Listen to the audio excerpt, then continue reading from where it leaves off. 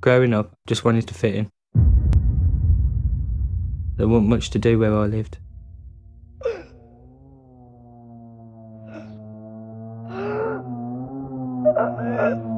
On that bridge, we weren't out to cause trouble, we was just messing about. We found a metal cable lying around. Our plan was to catch a train. I grabbed onto the cable, my cousin grabbed onto the other cable, and I said on the count of 3, we'll throw it over. 1, 2, and we threw it. All I knew is the bottom was electric, nothing about the overhead cables. I always wanted to be a footballer. I went into shock and then into a seizure. The plan for the day was to go to my nan's and then I was going to have a game. It was unbearable. The worst pain you can imagine. Burnt skin, burnt clothes, messing about. I weren't afraid of nothing because I was going to be confused. There's a tightening in all your muscles, ringing in my ears. I'm afraid of pain. As I come around, the scream was getting louder and I realised what it was my cousin. Electric went through his body and out of his stomach. Someone please help me! Help! I was 13 years old when I got electrocuted. 25,000 volts went through my body. At the time I was a confident person, and now as I grow up it's just knocked me back for 6. But that's life, and I still have to live with it. I wouldn't wish this upon anyone.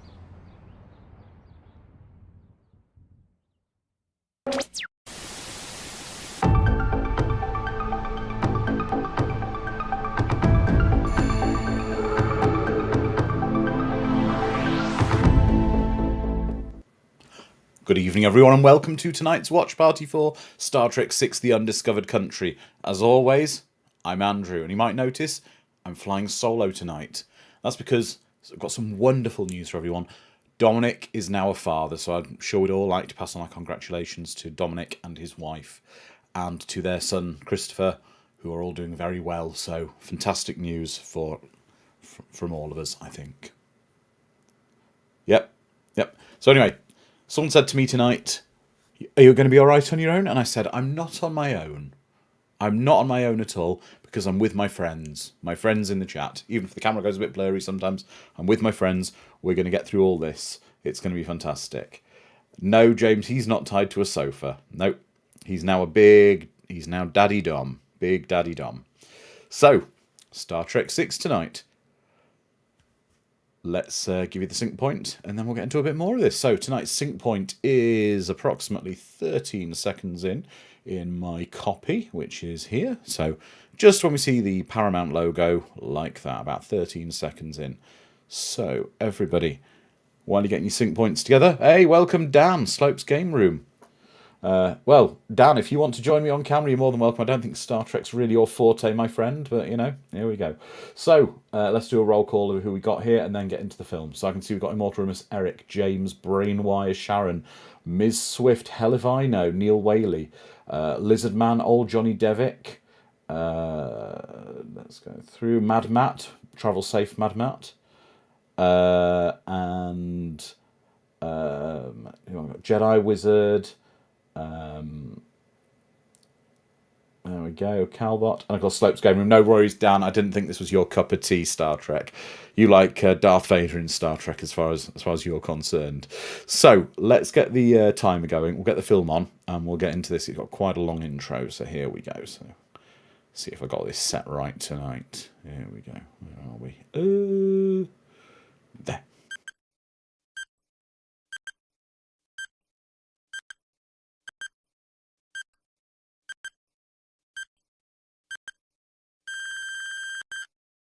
And here we go. Okay, so now we're watching Star Trek VI. So everybody, when did you first see this film? There we go. So when everyone... of course, this was the first film released after the passing of Gene Roddenberry, so we have the dedication to the man himself. So I saw this twice at the cinema when it came out in 1991. I would have been 13 years old when I saw this, so probably on the younger end of the demographic. Okay, Dan saw a Star Trek film now, he remembers. Sharon saying Sulu proves what a badass he is in this film. Hell if I know saw it on TV, even though I think I was on to see it in the theatre. Ms. Swift saw it on cable. Neil Whaley. Oh, welcome, Neil. Didn't see you there. You saw it in the theatre as well. I mean, this is obviously the last hurrah with the original gang together. Jedi Wizard saw this on VHS as you're introducing yourself to Star Trek. James Hellier saw this in the cinema with my father, who doesn't know the difference between Star Trek and Star Wars. Sharon saw it on the opening weekend, the best time ever. Oh, that's fantastic, Immortal Rimus. This was the first film your mum took you to see at the cinema aged 4. That's fantastic. And of course, we see David Warner appearing in this. David Warner appearing in 2 Star Trek films in a row. He appeared as David Talbot or St. Talbot in Star Trek 5. But at least he got a good role in this, and then he had a third appearance in Star Trek, in Star Trek: The Next Generation, as one of the first Gulls who tortures Captain Picard in the very famous episode Chain of Command, the 2-parter.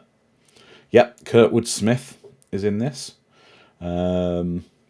Eric, well, don't worry, Eric. You don't know if you saw this one, that's fine. This is really, really one of the best ones. Yeah, James, that would have been very interesting with Jack Palance as the first choice for Chancellor Gorkon. Especially because apparently Jack Palance, the rumour with him was he never saw any of his own films. He never saw himself act. Hello, can you fly, Scotty? And Ms. Swift, yes, there are 4 lights. Wow. Yeah. December 91. So I might have seen it in 92, actually. So I might be nearly 14 when this came out. I remember seeing it, though, seeing it twice when this came out, and I really, really liked it. It's certainly a return to form for the franchise after Star Trek 5. Just be thankful that they never let Shatner near the director's chair and the writing chair again. Well, unfortunately, if you see his Star Trek continuation novels, yeah, they're not so great. No, he didn't direct this one. Hell if I know.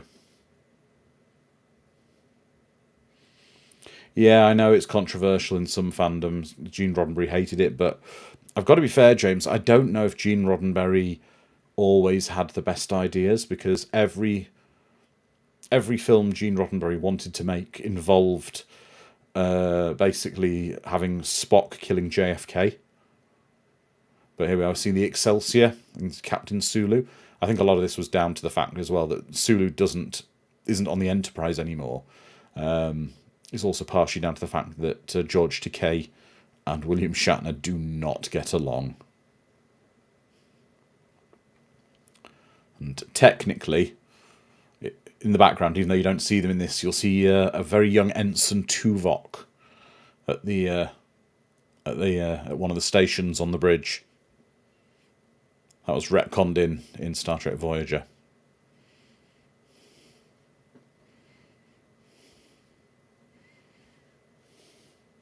Exactly, Lizardman. It's Space Chernobyl. Beautiful, beautiful effects again. Yep, with a ribbon. Actually, is this one of the first times we've ever seen a swirling ribbon of energy crap in a film like this that becomes so prevalent nowadays?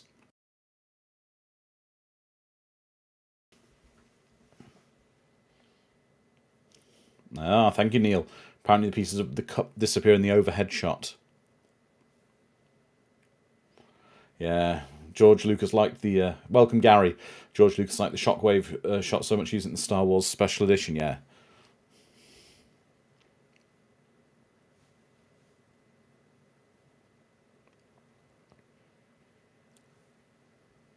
Yep, exactly, James. Still no seatbelts in Starfleet and no fuses on the terminals on the bridge, because anyone can be killed by an exploding terminal.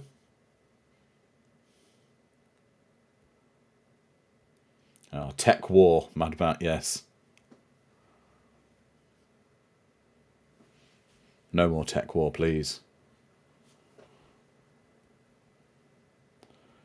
Yeah, exactly, Sharon. This came out after the Next Generation taken hold on TV. In fact, I think it's one of the anniversaries of Next Generation today, for the first episode being broadcast. The world had gotten away from the OG cast after the disaster of the Final Frontier, and this was a welcome treat from the OG cast, it was.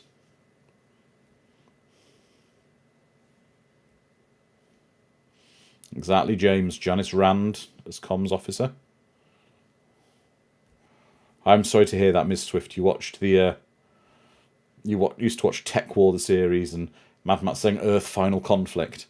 I really enjoyed the first season of Earth Final Conflict, and then after the first season, it ended on a great cliffhanger, and it just went a bit wrong.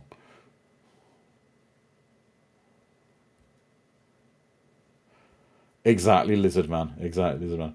It's only a minor problem. We just need to get more water into the reactor core. There's no graphite on the ground.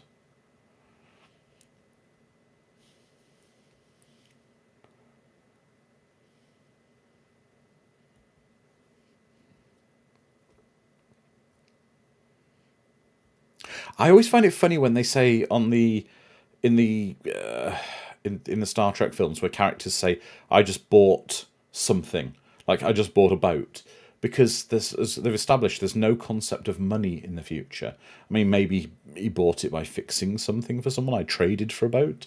Is that more appropriate? Because there's no, within the Federation, there's no concept of currency.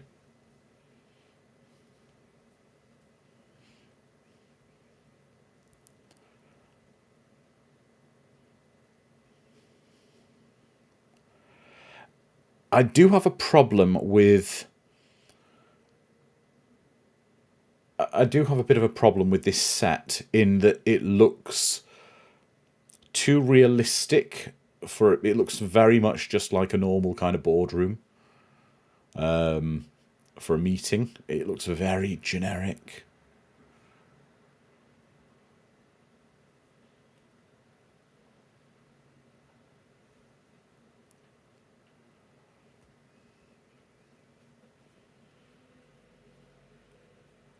Hannibal Grimm, welcome. Dom's not here, my friend. Dom has become a father today, so we're passing him our congratulations. He should be returning hopefully next week. Yes, I'm Andrew, Hannibal, that's right.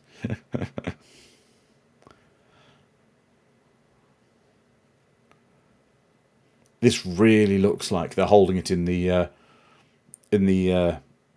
Starfleet Marriott Convention Centre, this room, unfortunately. In a minute, there'll be a haggard receptionist. There'll be a haggard receptionist coming in at the moment, asking if they're ready for their coffee and biscuits. Yeah, it is a very 90s set, hell if I know.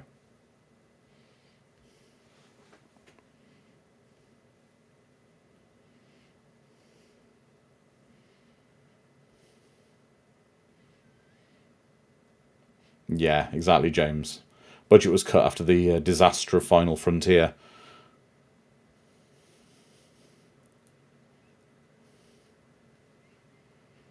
And Brock Peters there. Where have we seen Brock Peters again in a very famous and probably better role in Star Trek? Where he's a much, much more reasonable, nicer man. Oh, Matt, you want me to sit still so you can watch the movie in the reflection of my glasses? Yeah, I think that might be a problem with that. That's right, Gary, DS9. Who did he play in DS9? He was Cisco's dad. He was head chef of Cisco's restaurant. That's right, Ms. Swift as well.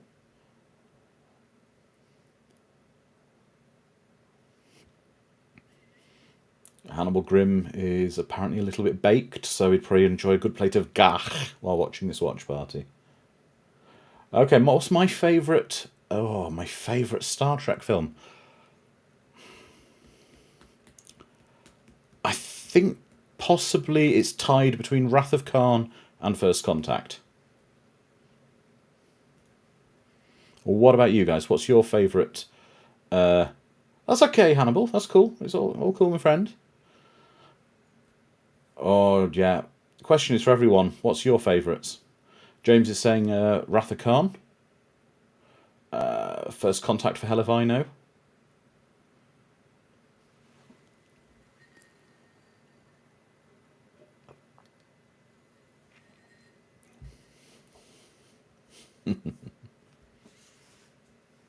It is a tie, I think, because it depends if you're in the mood for next gen or in the mood for TOS.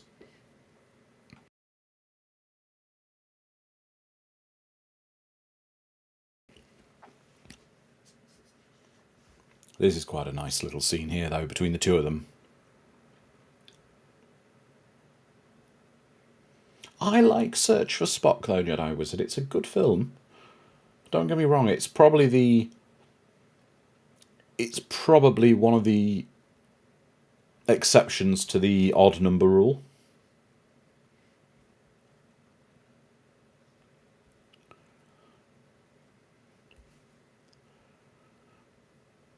I will say this dialogue is so much better that we're hearing now, and how it's shot, than Star Trek V.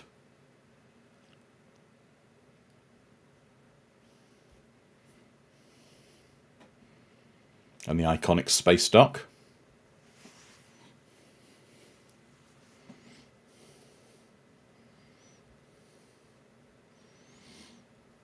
Mad Matt saying, I'm currently in a 3-month window where I'm as old as Star Trek the original series.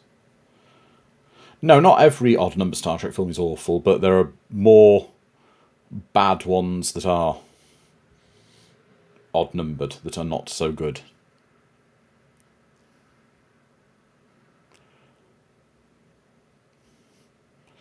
That's interesting that she's the first Vulcan to be graduating at the top of a class in the Academy. You'd think Spock had already graduated top of the class.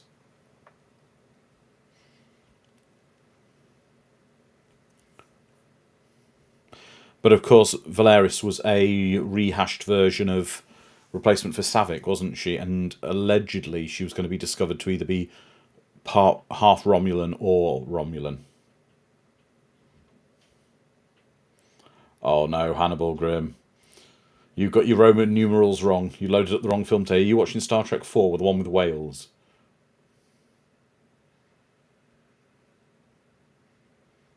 Yeah. I agree with you there, Sharon. There are more good Star Trek movies than bad. Only a couple I don't watch over and over. The ones I don't watch are the motion picture, which I know people really like. I just don't get on with it. And I don't particularly like Star Trek 5. The Voyage Home is fantastic.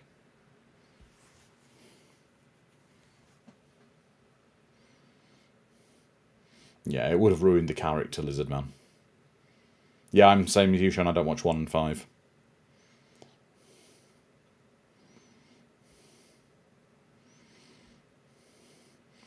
Yeah, Plummer's great in it. I love the fact Scotty's just smiling at the warp core flashing.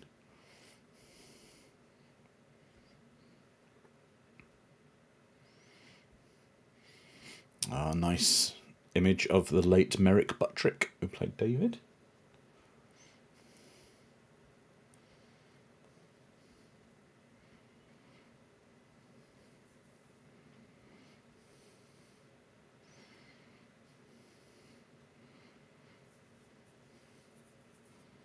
Yeah, it was a nice tribute to him, but when did Merrick Buttrick pass James?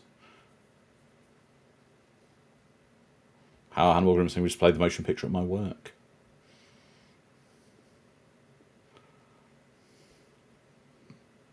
Oh, 89, thanks, hell if I know.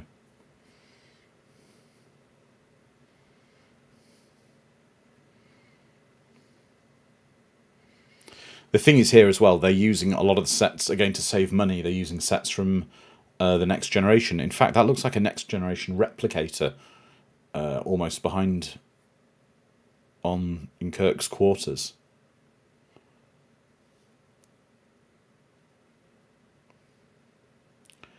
And I do know that apparently Spock's quarters in this film were a redress of Data's kind of quarters / workshop.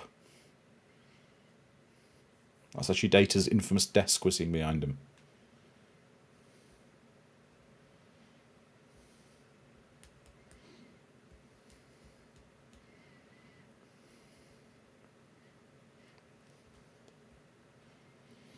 That's right. That's right, Mad Matt. The United Federation of Planets motto, reduce, reuse and recycle.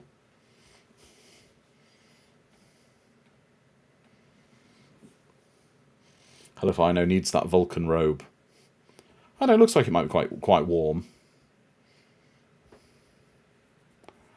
But also, we obviously know that things have changed on starships between this Enterprise and the Enterprise D, because on the Enterprise D, it was established in the infamous episode Up the Long Ladder that if there's an open flame on the ship, it will be automatically contained in a force field by the ship until the oxygen is extinguished. They must have had a lot of fun going around New Age and stoner shops in California, finding all this kind of crap like that thing Spock's holding.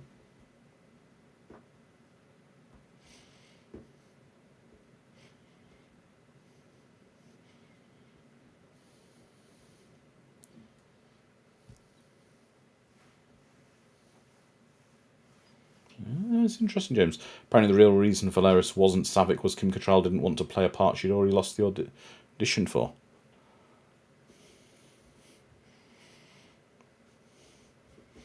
Don't drink the bong water, Savick. No, Savick. Laris. Don't drink out of Spock's dirty bong.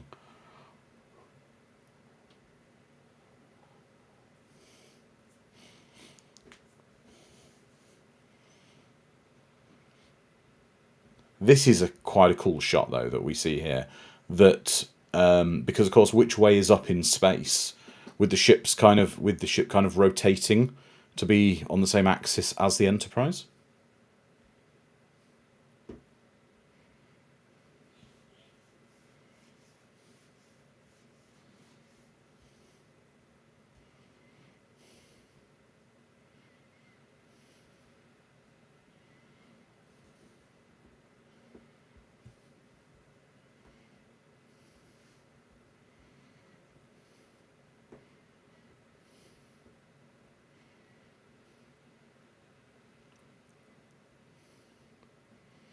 It's taking everything in Kirk's.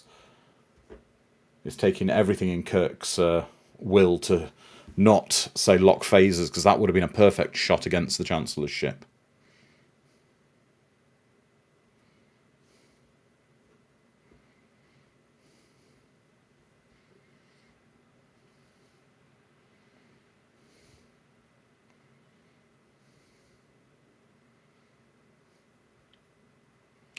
They almost seem to tone down his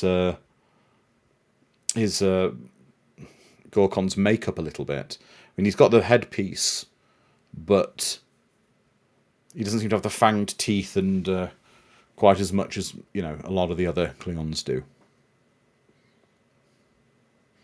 I think they maybe don't want to make him look threatening. He's kind of like it's a bit like a Klingon Father Christmas, isn't he? A bit like a Klingon Santa. I would imagine, that's a good point, Neil, was Kronos 1 already in Federation space, neutral zone? I should imagine they've met in the neutral zone, because don't forget there used to be more than one neutral zone in the Federation. There used to be a neutral zone for the Klingon Empire and a neutral zone with the Romulan Empire. So I would imagine it's the Klingon neutral zone they've met at. And then they will, escort them to Earth, is the plan.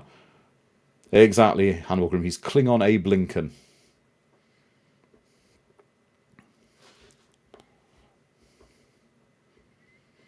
And this is actually the Star Trek The Next Generation transporter room set they're reusing.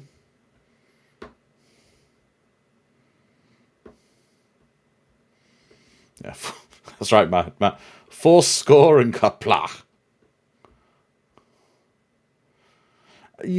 Actually, Matt, Lizard Man, you're saying I'm not sure the Klingons would like Romulan because they sort of hate Romulans.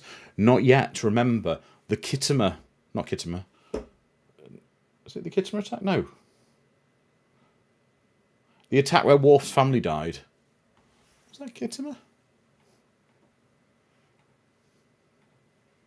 No.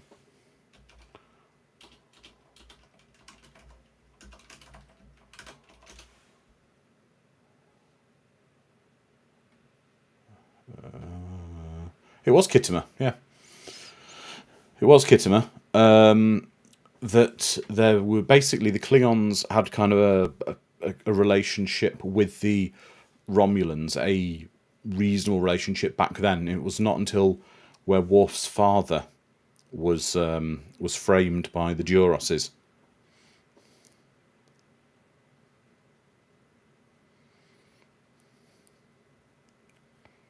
That's right, James. They exchanged technology in TOS.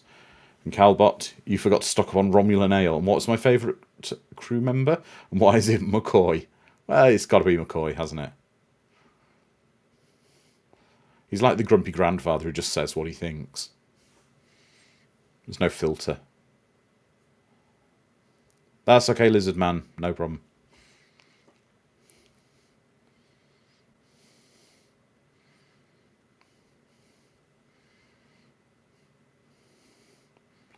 But this is quite a nice little scene in the respect of we're seeing casual racism, even from people in the Federation. And, you know, all forms of racism are wrong, of course. But it's interesting to see they've worked it in there to show that not everyone's awesome. Especially people in this era aren't quite as enlightened as maybe in the TNG era.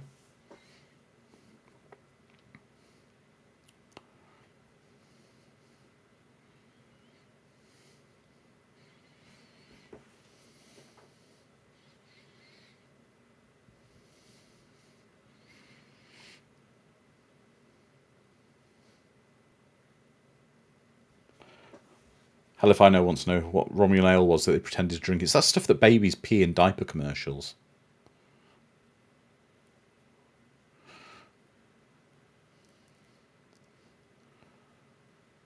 I do know that apparently the meat there, the blue meat on the plates was squid dyed blue.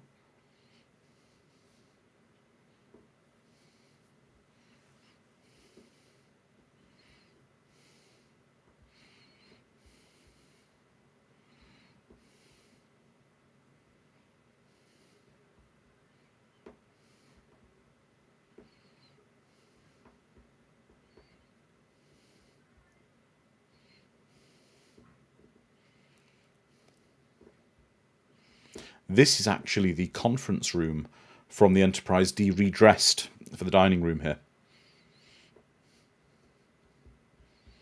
Ah, Lizard Man, are you having a gach sandwich? Or roteg blood pie? Yeah, Mad Matt saying he prefers the barbarian Klingons than the noble Klingons. They're all on best behaviour today, aren't they?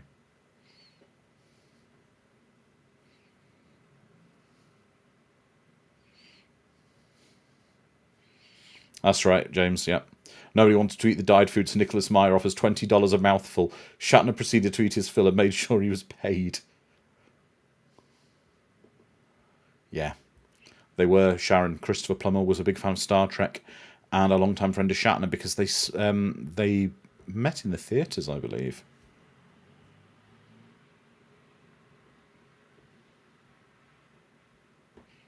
Yep.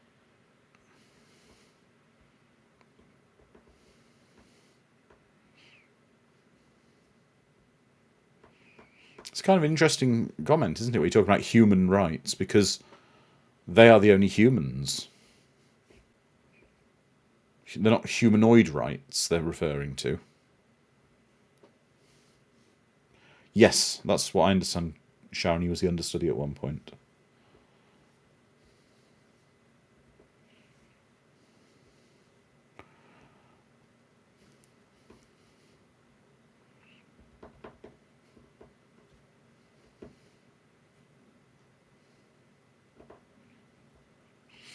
Now I've got to bring toys for all the little children on your ship.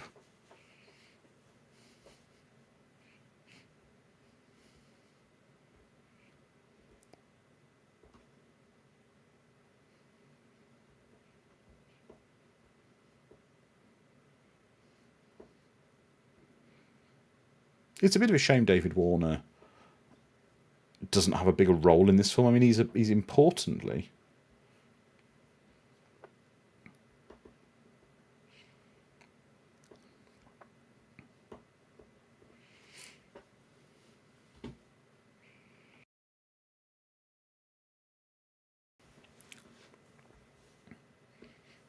Oh yeah, talking about Hamlet. Quite so I love Shakespeare. Like the fact I do like the fact that Gorkon's cane is that really unwieldy kind of tusk or bone that he's carrying around with him.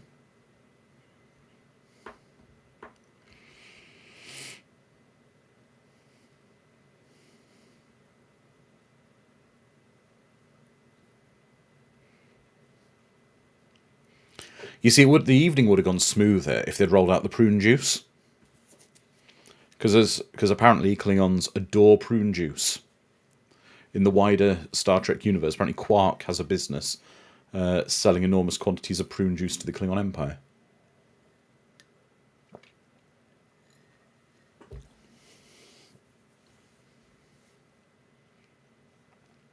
I do find that a little disturbing, actually, that Worf will sit there necking down...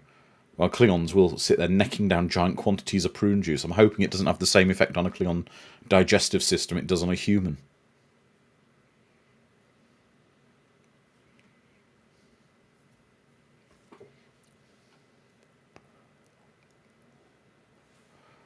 Yeah, it has its good qualities, but... I'd kind of imagine that Captain Kirk could have more than... Being the captain, he'd have more than one pillow.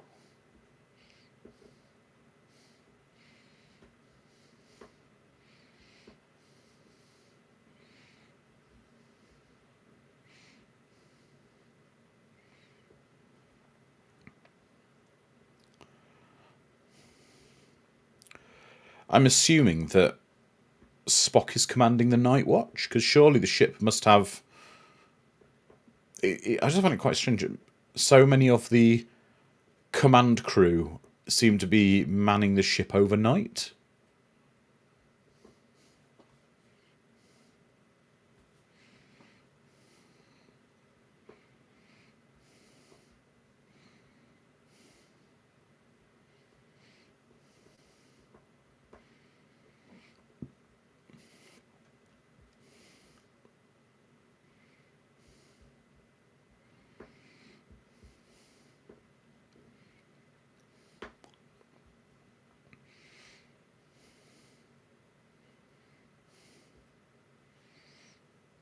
Yeah, this scene blew your mind when you were young. It's very cool. But one thing that's that you do see, Klingon blood in this movie is bright purple, and that was done to get around the censors. Yeah, about how realistic the CGI blood was.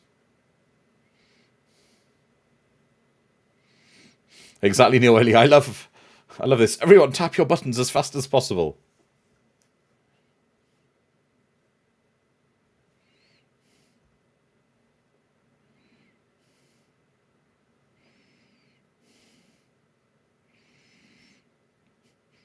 Well, you see, that's interesting because that means that either they were beamed over by the Klingons or the Enterprise transporters were interlocked with the Klingons transporters because they arrived with Klingon transporters, not with Federation transporters, because the colours were different.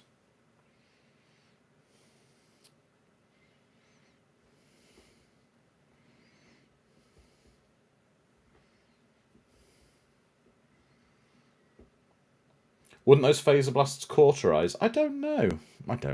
Maybe they would. Maybe they wouldn't. Maybe they're more of an impactful force than a, you know.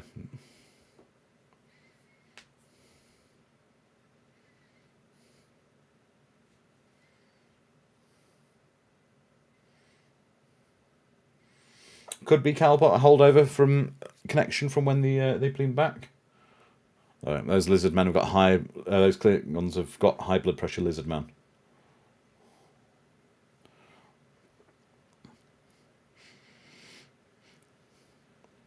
I do wonder if the reason that they're not using their phasers on sort of vaporized to make sure the people are definitely gone is because maybe there's a limited amount of charge in the phasers. Yeah, exactly, James. Why aren't the phasers on disintegrate? That's what I'm wondering. But is it potentially because the amount of power discharged to disintegrate, the phasers only got like 3 or 4 shots at that level?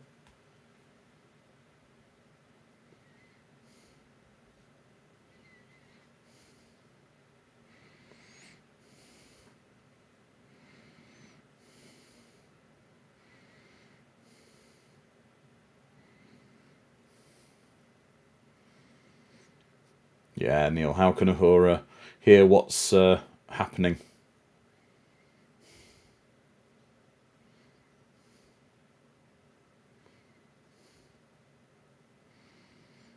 So, Klingons bleed Pepto-Bismol in this film. Yeah, they can. In Ultramarines, a phaser can be overloaded to create a powerful explosion like a bomb.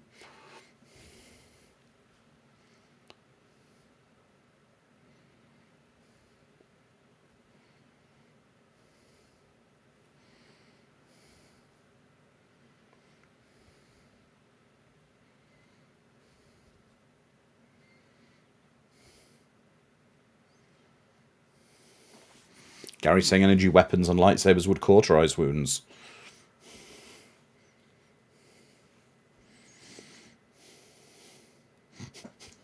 Yeah, Mister, if the Pepto-Bismol counteracts the prune juice.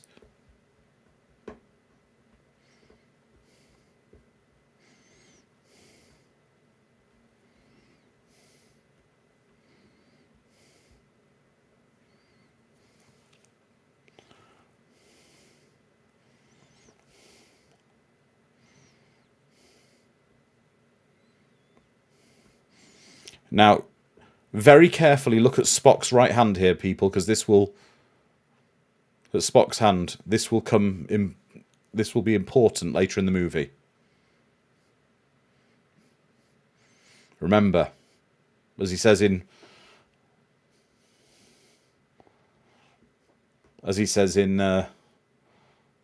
Star Trek 2, remember.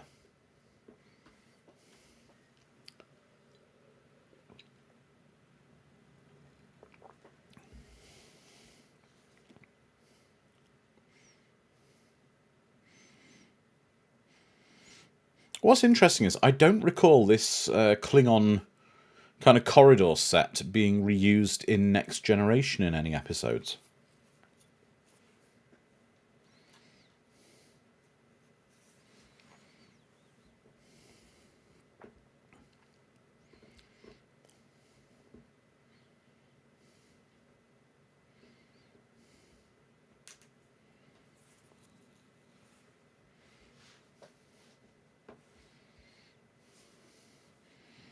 Yeah.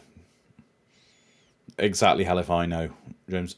It was Kirk's only play if he wanted to preserve peace. Otherwise, they would have got into a full-on fight between the two ships. And equally, I think that that cruiser that the Klingon Chancellor was on would potentially have outgunned the Enterprise.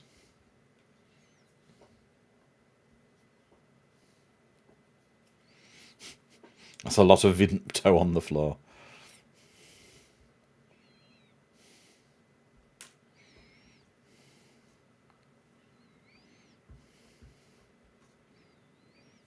I need to wave a light over him to make him better.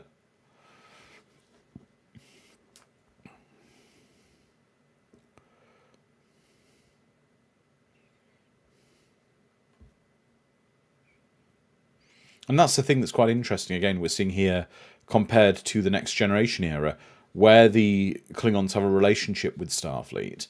The Doctors are familiar with Klingon anatomy. They have tools and techniques that work on Klingons, as is so often seen. But here, it's literally another species.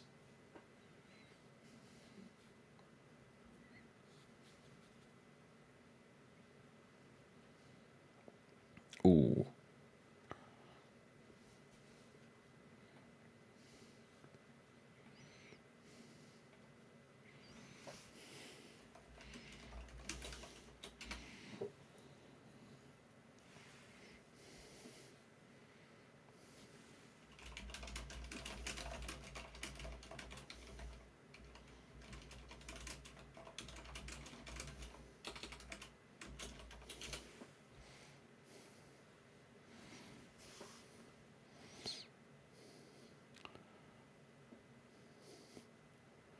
Exactly.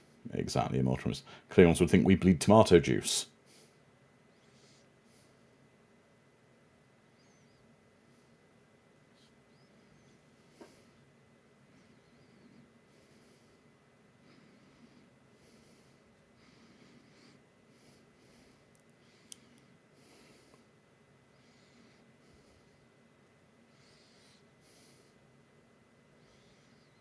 Yeah, this movie was a great segue into how we see the piece that was established in The Next Generation.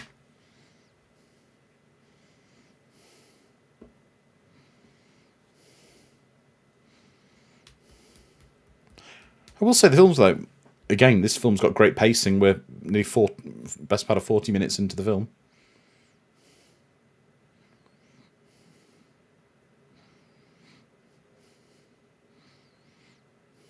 This is also where we're seeing, though, that the command crew of the Enterprise A is grossly overranked, shall we say. We've got Spock, who holds the rank of captain anyway, as well as Captain Kirk. So captain's the first officer.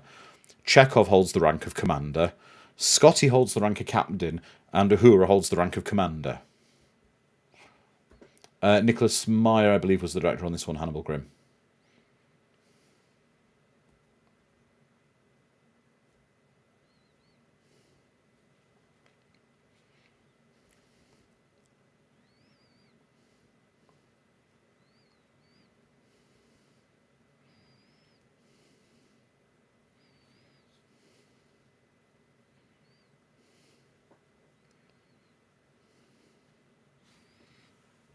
He's the Klingon guy who, in Star Trek 4's talking crap about Kirk. He just doesn't like Kirk.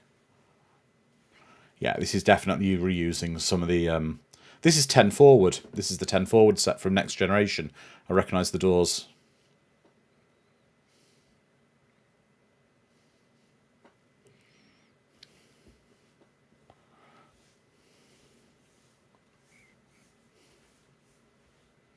That's Kurt.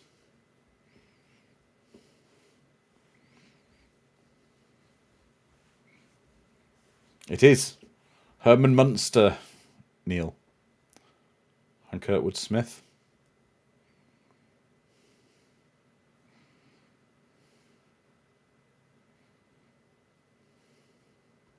That's 10 Forward, but they've actually... You can see the Enterprise D windows behind them, the kind of the curved windows, but they've actually put something outside there.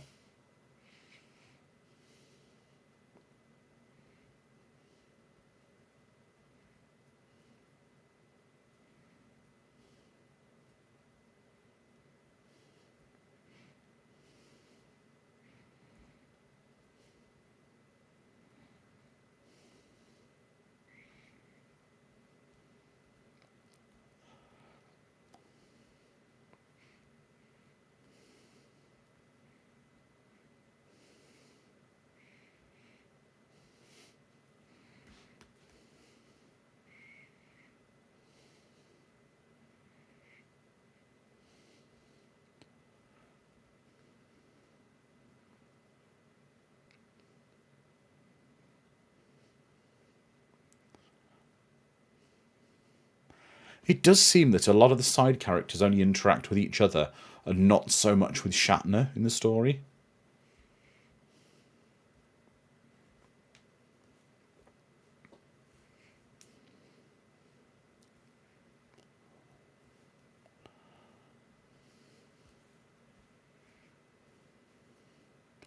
She's going to be named Chancellor.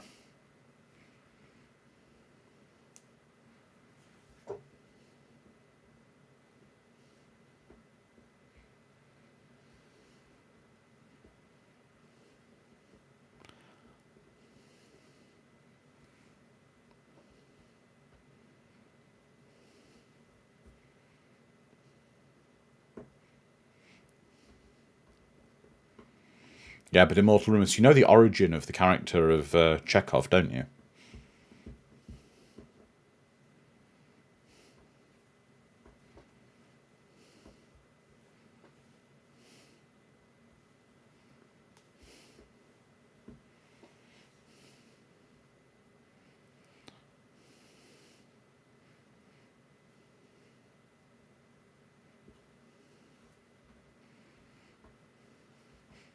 At least she's still adamant for peace.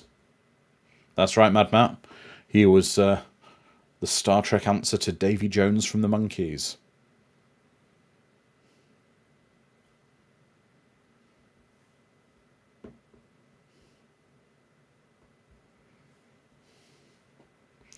Yeah, That's right. He was basically added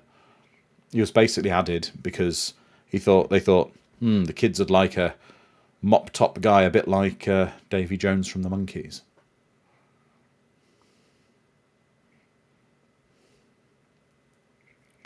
Exactly, pop star groupies.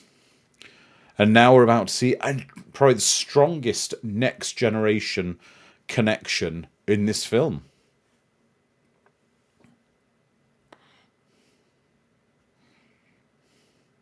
And I don't know why, but Kirk appears to have a postage stamp on his shoulder. There we go, Michael Dorn.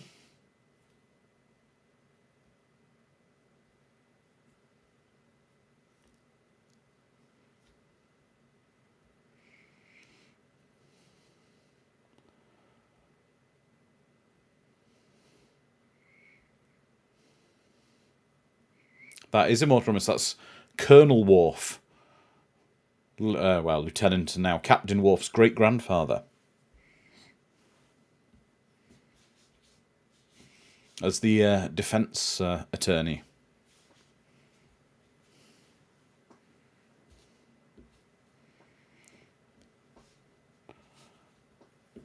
It is James.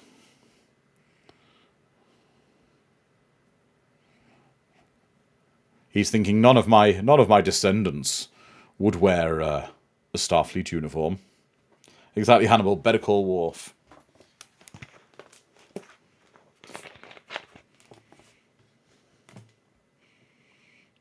That's right. Hell if I know. Frakes messing with Worf.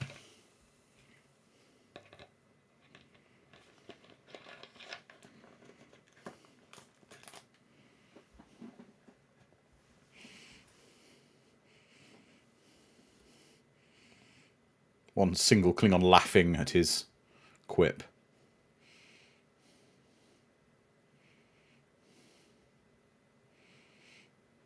Yeah, exactly, Miss Swift. The Klingon justice system allows a witness to also be the prosecutor, no conflict. Yeah.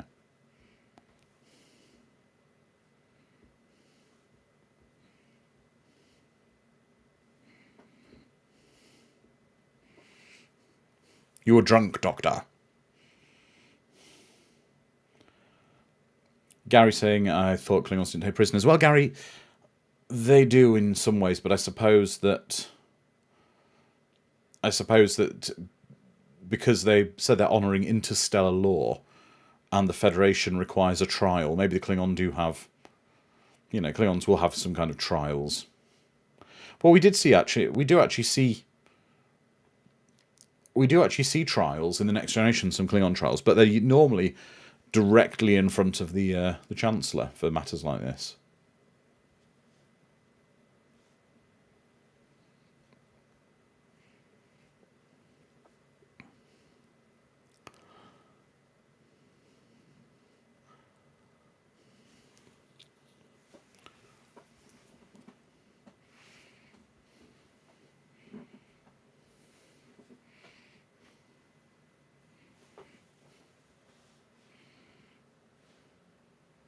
Oh dear.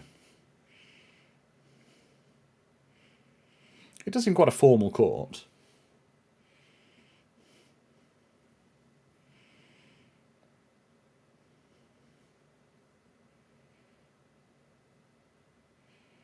Yeah, Mortimer, that's true. The Klingons have their honour systems, so they would kind of respect other people's laws. But it is a sham trial, Jedi Wizard, certainly. Yeah, hell if I know they're watching this intergalactic PBS.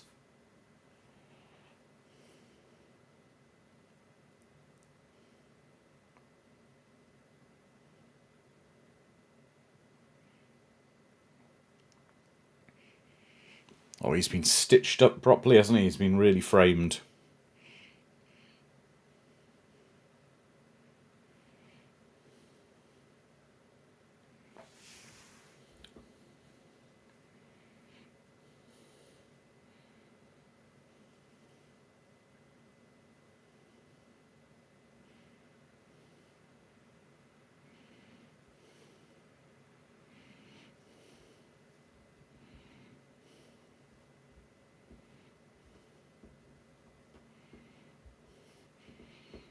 Oh, they've got good reception everywhere for the Klingon TV channel, haven't they?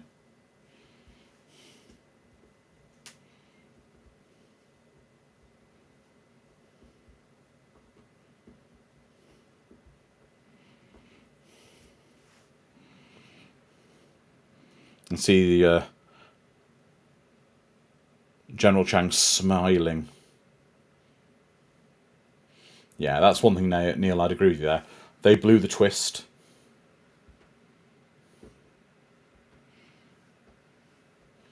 Yeah, Calbot. K-Span.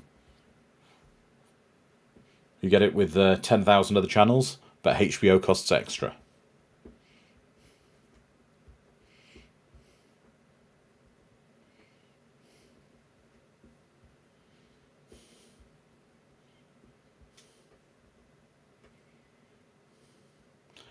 Yeah, exactly, Sharon. How did they get hold of a personal log?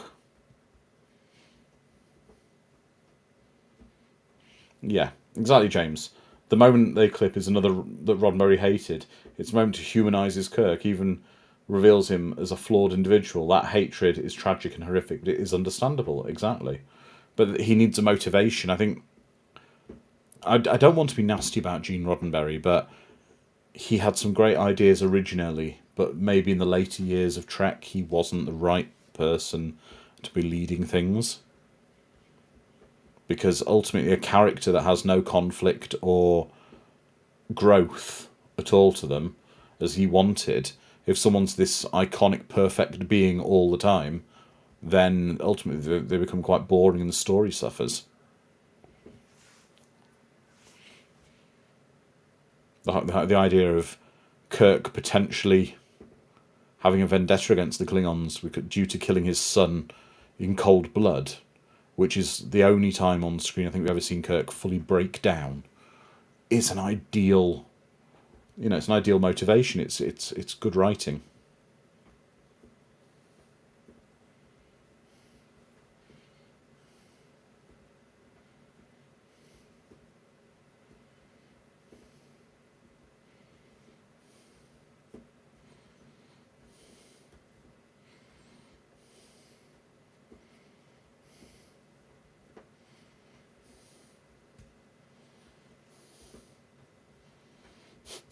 Miss Swift wants the gavel for camping.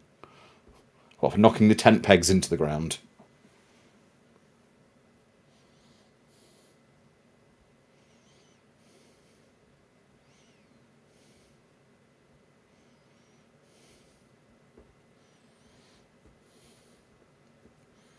Yeah, exactly, Neil Whaley. Roddenberry was not a saint in real life. It floors me whenever I hear stories of his immoral objections. Okay, Mad Matt, be safe, my friend, on your plane, and we'll speak to you soon, my friend.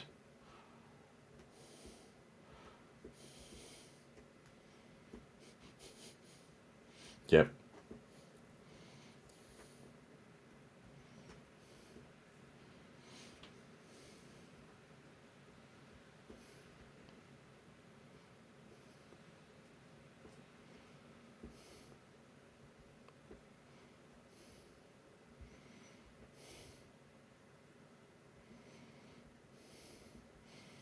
Well, to be fair, for Dr. McCoy, the rest of his natural life is about 6 weeks, looking at the state of him.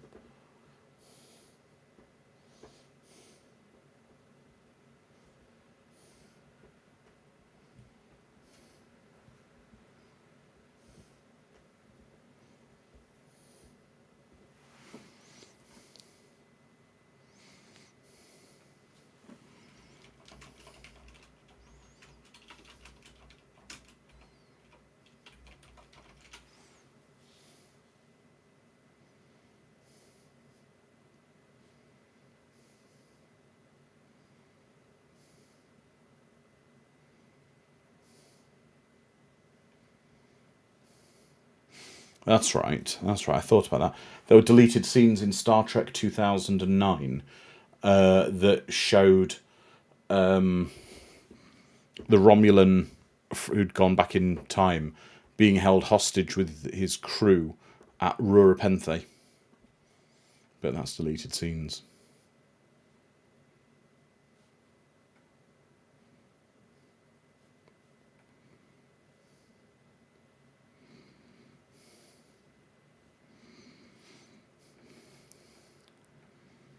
Yeah, Nero was held hostage in Uropenthe with the rest of his crew until they escaped. It was a deleted scene. Yeah, he kind of is, isn't he, Elefino, implying that Sherlock Holmes is an ancestor of his.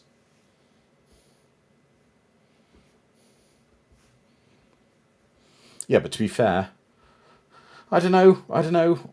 Hell if I know. Remember, they just had Jack the Ripper in makeup on the ship for dinner, and then H.G. Wells in the next movie would kill Captain Kirk. So.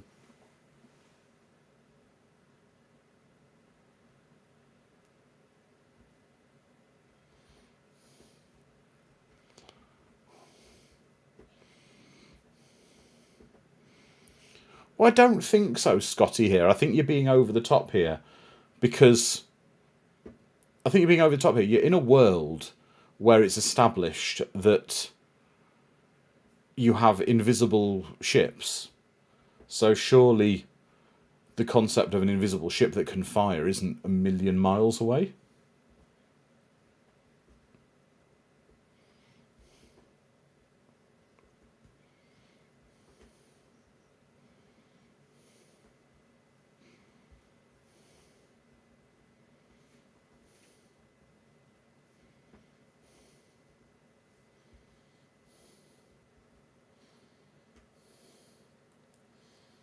Oh wow, Miss Swift under Kids book and cassette tape read-along this movie, very condensed to about an hour, read by DeForest Kelly. Interesting choice for the narrator.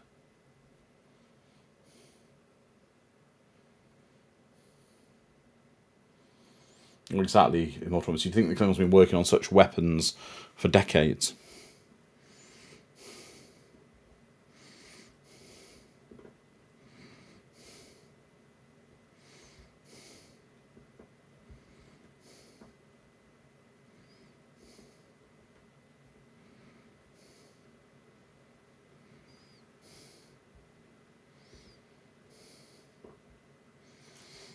Miss Swift liked how he'd say, I don't think you ever hear him say Ruropenthe in this film. Or Ruropente.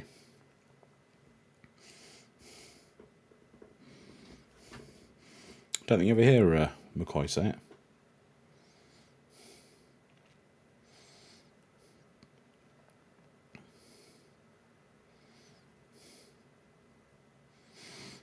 Well, exactly, Neil. A ship that can fire while cloaked couldn't do so for long, drains too much energy. Well, actually, does it, Neil? And again, this is getting very technical, nerdy here, because it fired photon torpedoes, not phasers. So photon torpedoes are actually a torpedo. They are a metal thing that leaves the ship. They're not a burst of energy like a phaser.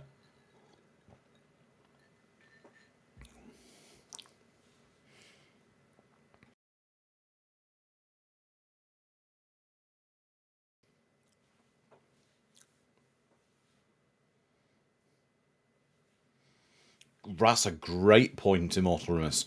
Who's to say the research in developing a bird of prey that fires when cloaked was the reason that moon of theirs blew up at the beginning? Well, possibly part of the research or part of the resources for it, because what they did was apparently Praxis exploded due to overmining in unsafe conditions. It's an analogy for Chernobyl, where maybe they were getting resources or something.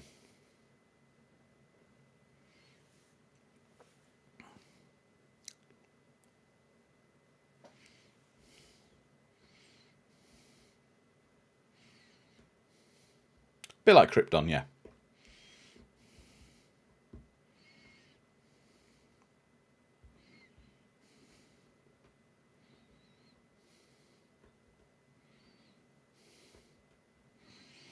That's true, Lizard Man.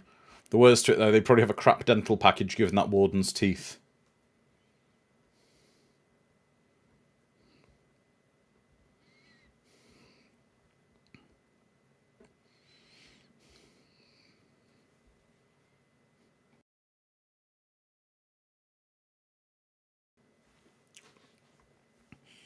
Oh, wow. I don't quite know how they came up with all these aliens. Some of these are a bit like, okay, what alien costumes or ideas have we had lying around?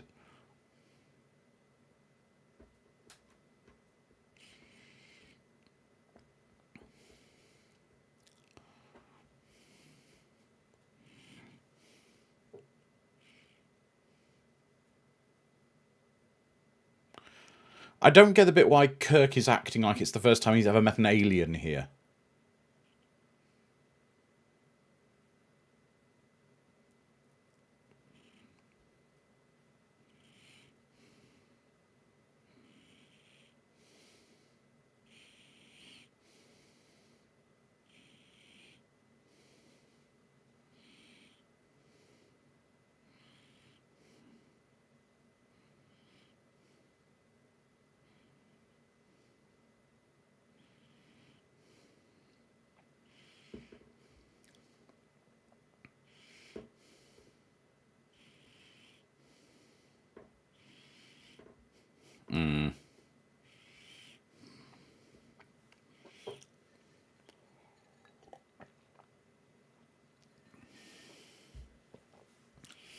And that is that Iman, and she was the wife of Mick Jagger for a while? Model.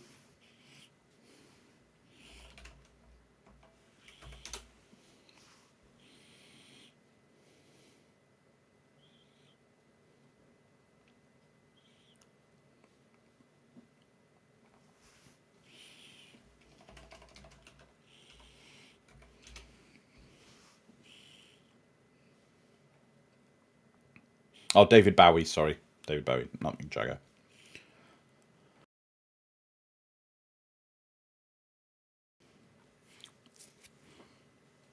Those panels behind them are looking very rough in the food preparation area. And I also would suspect that he needs training, because who in their right mind is stirring dough with a balloon whisk?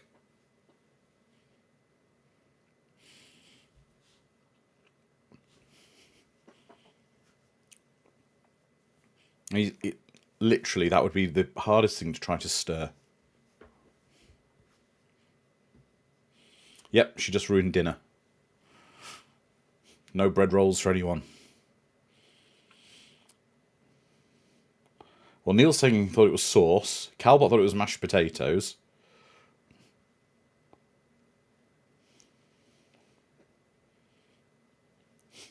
Really, really thick mashed potatoes.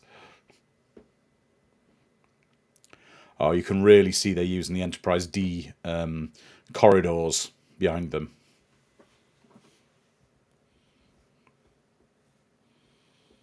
They don't technically have, Sharon, even though we're seeing Star Trek Next Generation replicators everywhere because of the reuse of sets, they technically don't have replicators. They have food synthesizers, which aren't as good as replicators.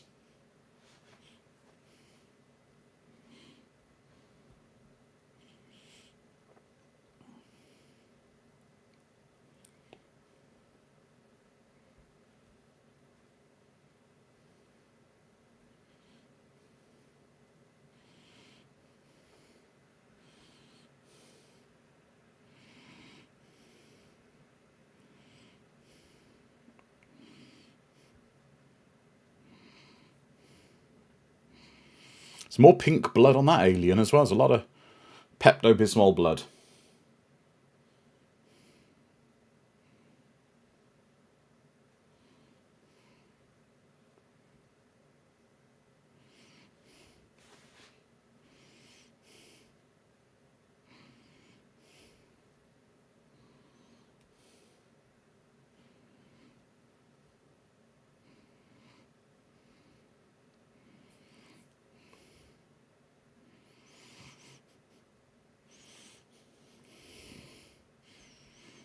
Is anyone else thinking of that that fight in Men in Black 2, where they fight an alien called a Balchinian, where his private area is in a different part of his body? Yeah, exactly. Hell if I know, the Balchinian. Yeah, he's a Nebolian. Exactly, Gary. They're the cousins of the Balchinians.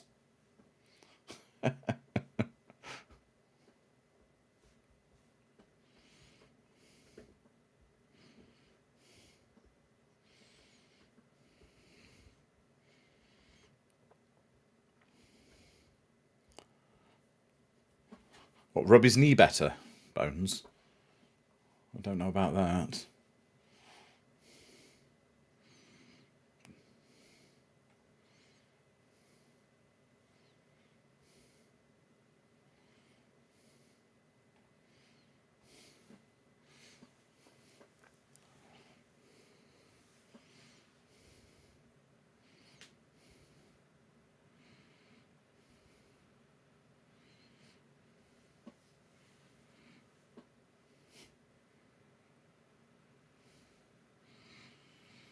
Considering it's a mine for dilithium, they don't seem to be doing a great deal of mining.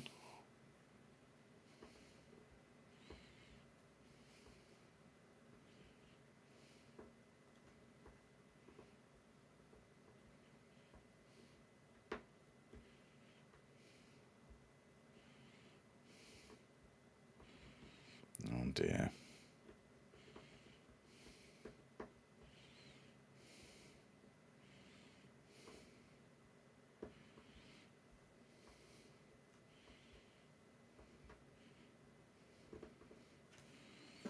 Kirk's having an epiphany, a realization that maybe he shouldn't be afraid.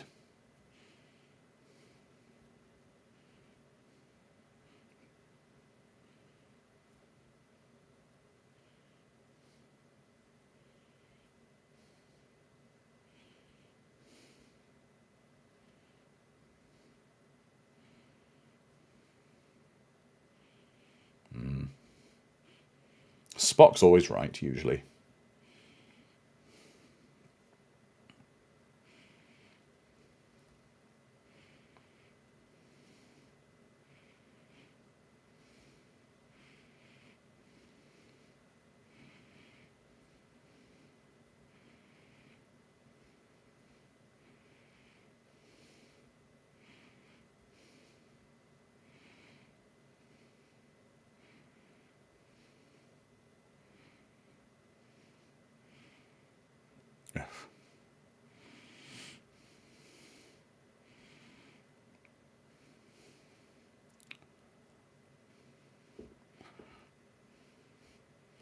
Did she just turn into an animal or something?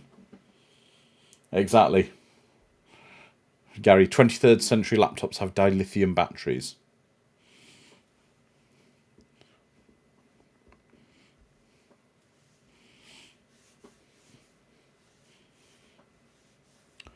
It's a bit like an Alcatraz type prison, really, I guess this, or literally a Russian gulag. The idea is if you escape, the atmosphere outside is so, the environment outside is so harsh, you just will die anyway.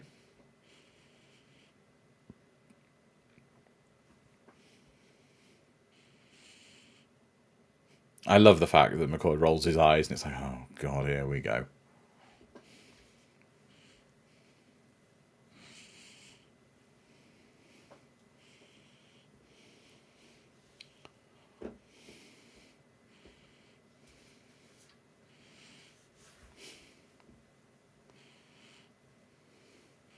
Oh, and a very interesting cameo.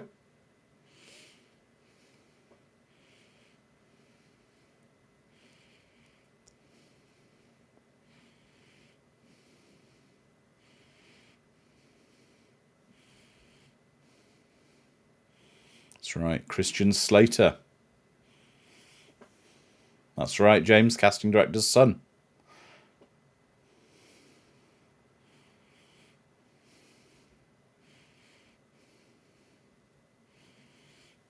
That's right. That's right, uncredited. Casting director's son. Big Star Trek fan. They got him a cameo role.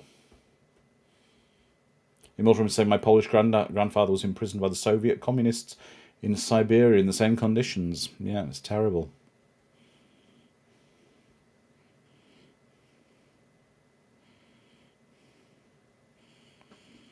Yep. They need to clean the Klingon blood off the transporter pad, or Captain Picard will be really annoyed.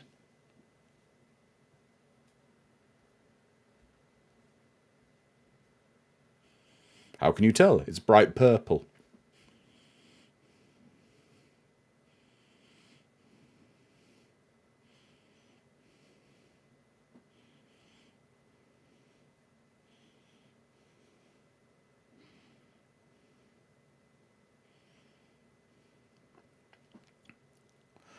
I suppose this could potentially, in the next generation Voyager Deep Space Nine era, be a lot more difficult, because you would just basically, you could put your clothing into a replicator and have it basically broken down back into energy storage in the replicator system, because they basically recycled, which is what they do a lot of stuff, and you could replicate yourself a fresh uniform. At least this time they've still just got clothes.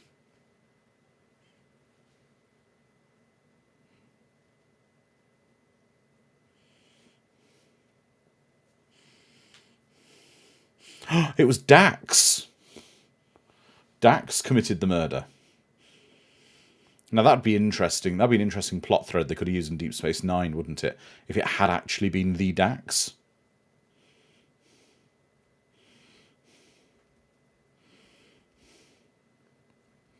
I know, sadly no relation, James, but it would have been cool if it had been Dax.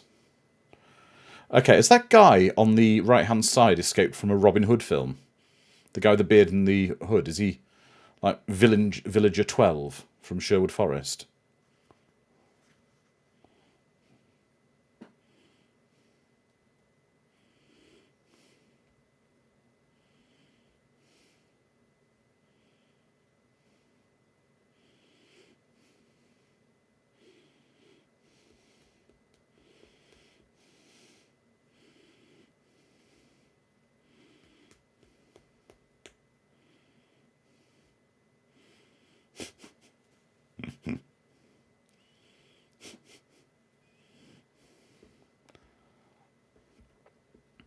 That also shows they did very little looking at personnel records before summoning him.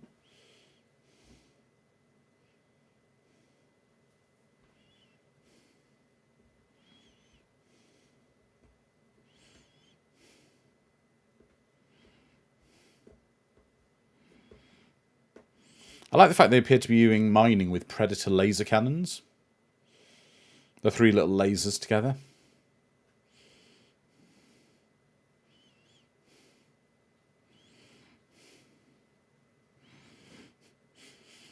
This is the worst Disneyland ride I've ever been on. Small World's gone downhill.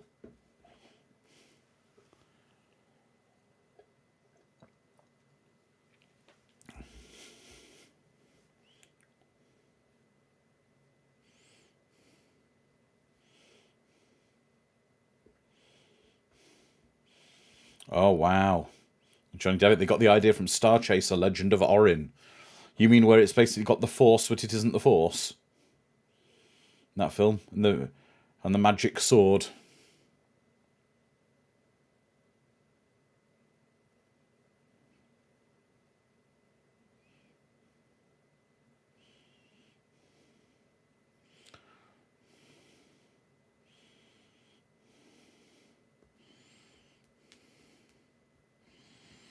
And they're eating the delicious Popeyes family bucket.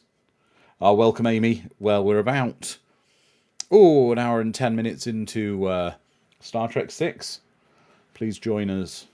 And just to bring up to speed, Amy, I'm on my own this week because fantastic news. Dominic's wife gave birth to a little boy called Christopher. So he's currently in his first 24 hours of being a new dad.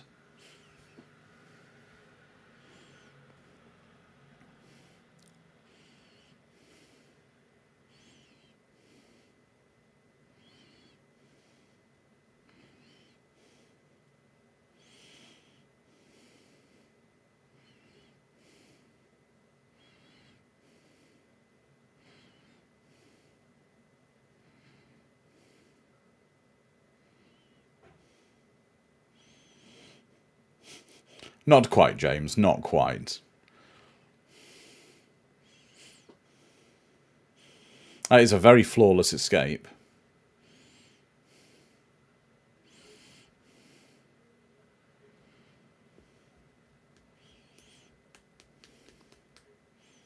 It does look a bit like Mount Everest. Oh, Johnny Depp, what's the best space prison escape in movie history? Good question, Johnny Devick. Let's fire that question to the chat. I'll see what you guys think. This is a nice shot, though, just showing them walking across basically an Arctic tundra, filmed on a glacier in Alaska, apparently. Fortress is a good one, Eric. Sharon says this looks like her backyard after a blizzard.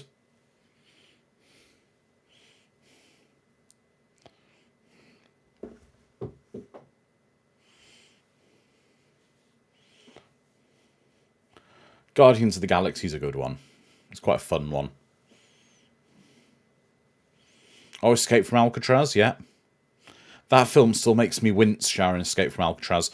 The bit where the guy cuts his fingers off. Oh, James is saying Escape from New York if it counts.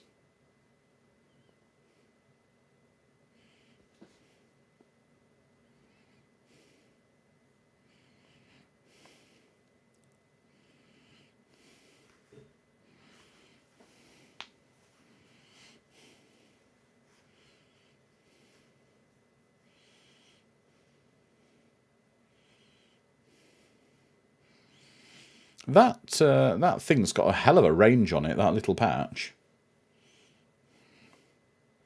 Okay.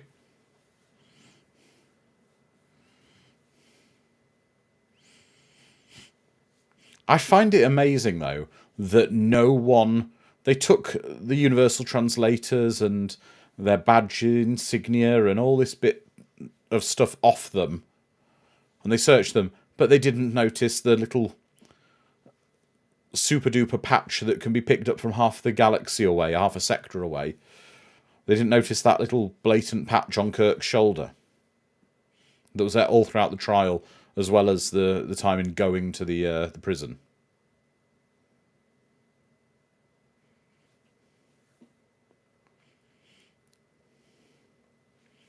I also like the fact they just portray Klingons as drunks in this film.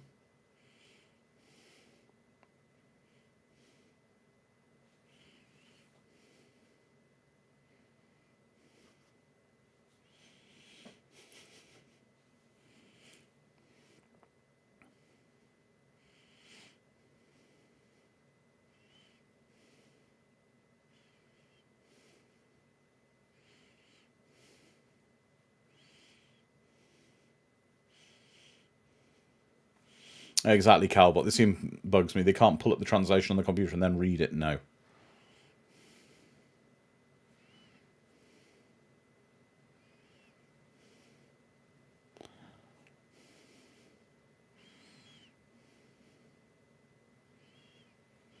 I also find it strange that Uhura in this... I think they've undersold Uhura here, because I think Michelle Nichols wasn't very happy about this as well, because in the prequel, in the reboot films, they've shown a young Uhura can speak languages, including Klingon. At least have a deep understanding of them. Yeah, exactly, Neil. In Voyage Home, she works the Klingon communication system like a boss, but now struggles to hold a basic conversation.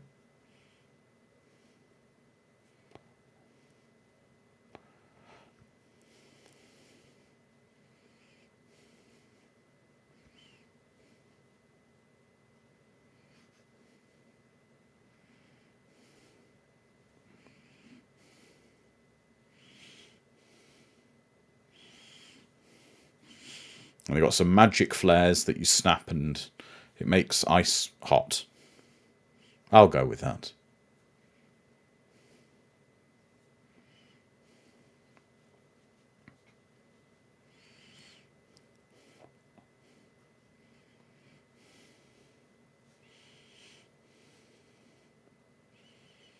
Oh, wow. Mortimer is saying, my grandfather was released from the Siberian Gulag when the Soviets joined the Allies halfway through World War II. My grandfather had to make his way back and joined the Allies through the British Army. That's incredible, Immortimus. Yeah, icy hot Jedi Wizard.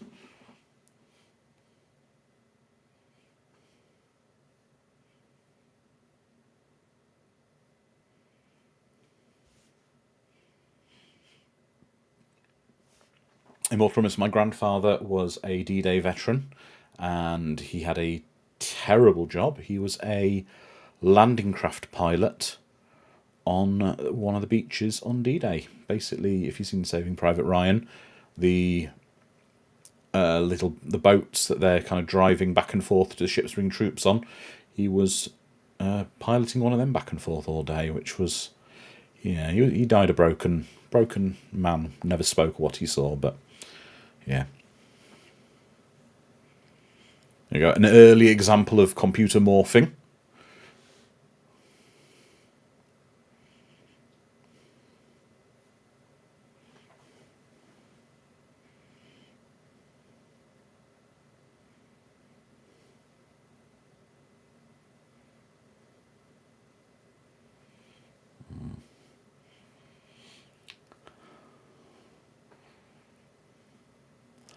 Actually, that is so true for Shatner. Shatner must have loved this. Shatner being on screen with Shatner. Kissing Shatner.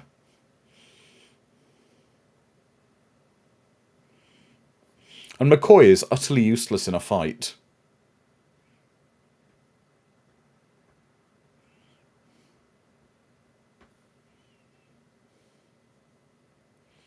Yeah, the Shin's knowingly having a pop about Shatner's ego.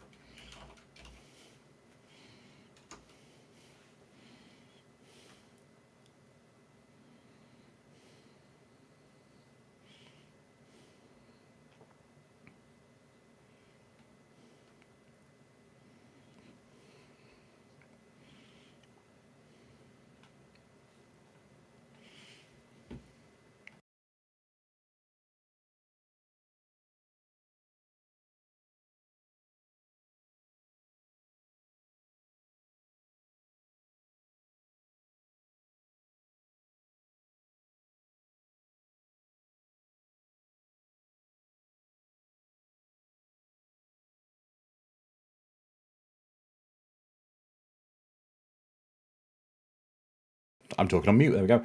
Alex Peacock, great to see you joining us, my friend. His name was Robert Paulson. Yes, Alex, they are doing very well. All three of them. I find it weird that the Enterprise has these random pieces of classic artwork in gold frames on the wall.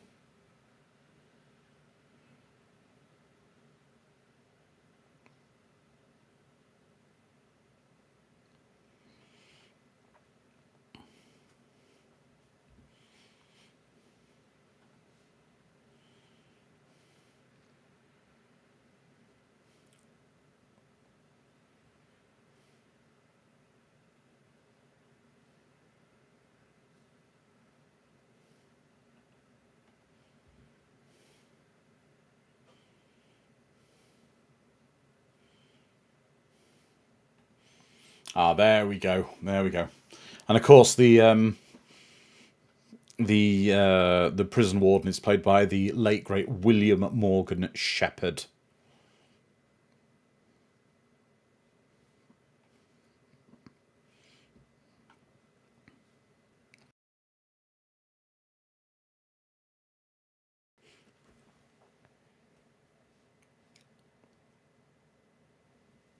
Yes, I hate high art, James. That's why I don't like E.T.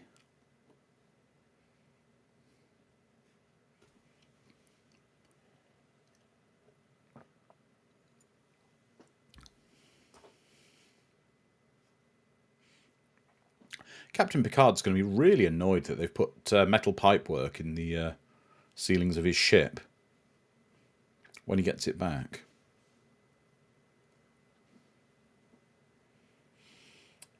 It is. It's Matthias Hughes as the Klingon officer.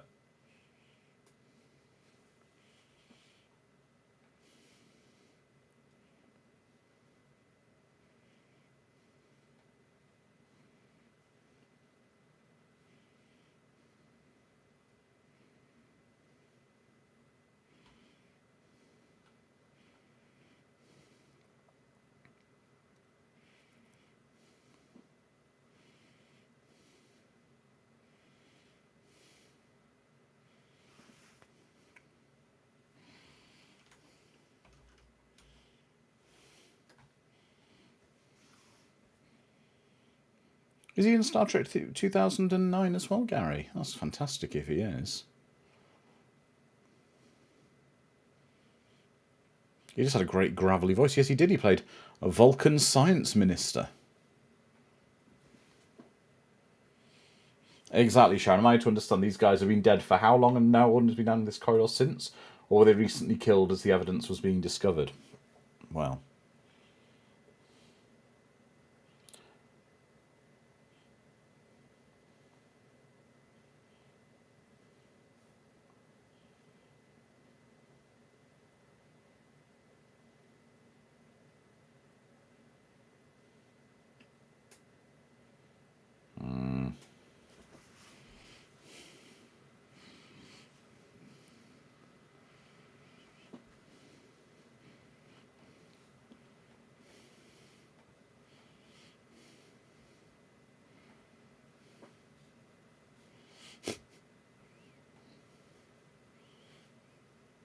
Wow.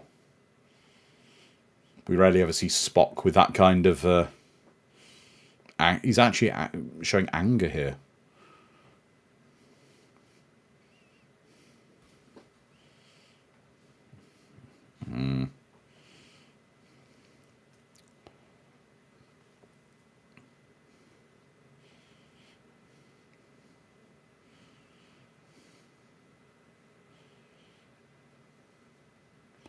Yeah.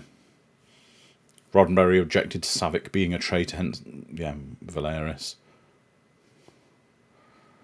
Now, this next scene is one I find very problematic in this film. I understand why it happens, but I don't like some of this in a minute.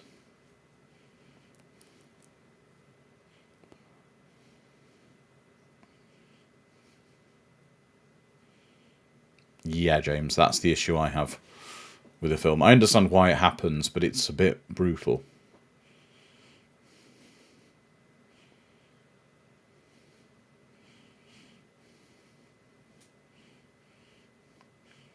He kind of raises the question, Ms. Swift, the means justifying the end. It's one of those situations. I mean, it's effectively torture.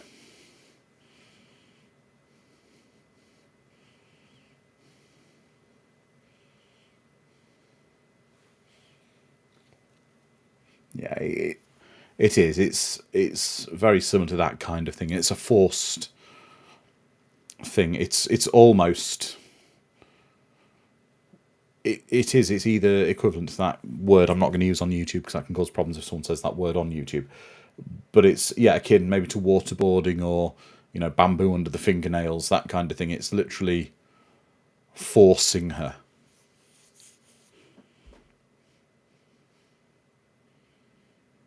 You know, he forcibly turns her round.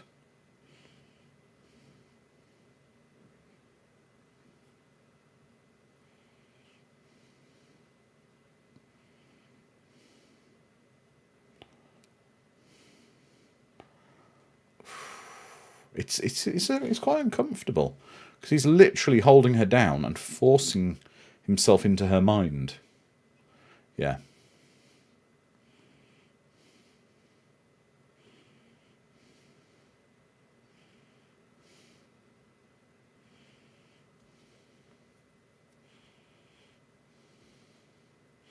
Good point, Neil. Maybe this symbolises where the characters are in their lives, 12 is crapping at the end of their ropes.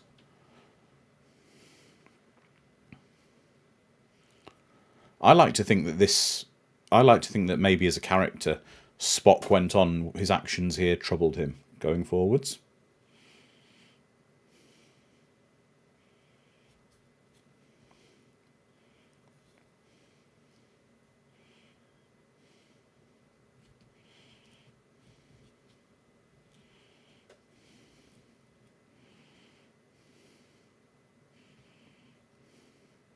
This is the worst bit.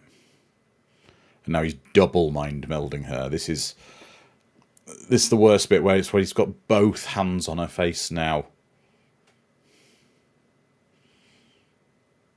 And you get the feeling he's actually mentally he's just forcing her.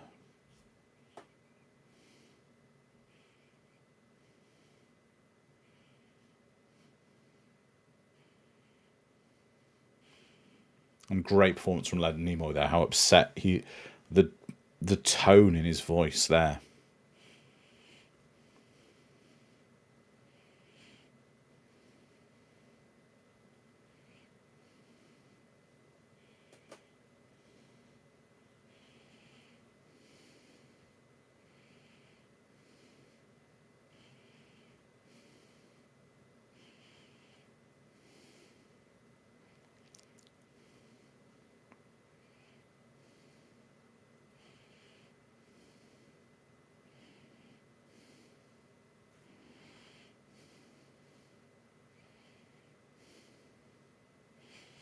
Yeah, bad things happened on Camp Kittimer. That was where Kittimer Outpost is where Worf's family were tortured. Well, were betrayed. Yeah, he also got her credit card number and her 6-digit PIN.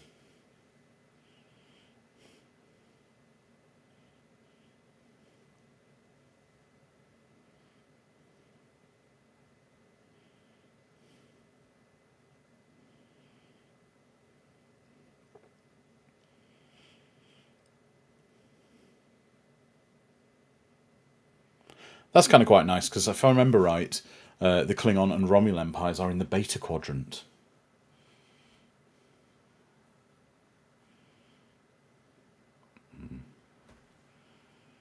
I like the fact that it has troubled Spock in doing this, and he's having to meditate over it.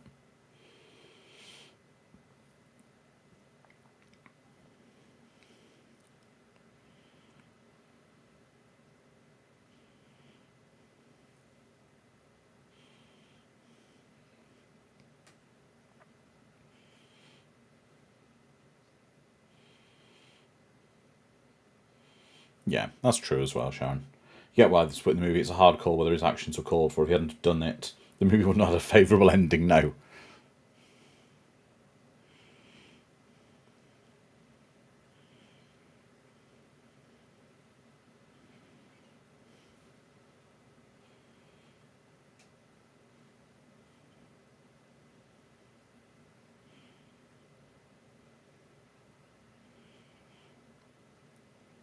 That robe looks quite comfortable, though. I think he's wearing that robe, though, over his Starfleet uniform, because you can see the collar.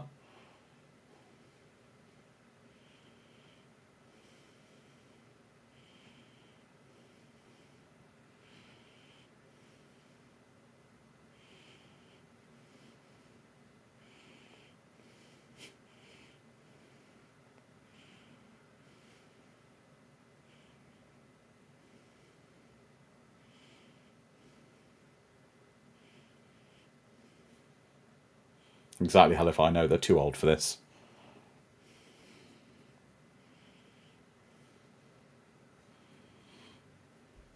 Oh, I don't know about that, Johnny Devick. A CGI reboot with the original crew.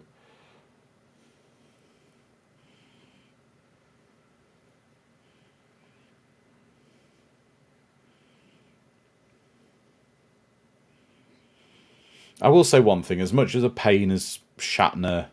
Oh, wow, it's the Power Rangers Command Centre. As much of a pain as Shatner is, the chemistry with Nimoy was as Spock and Kirk was great.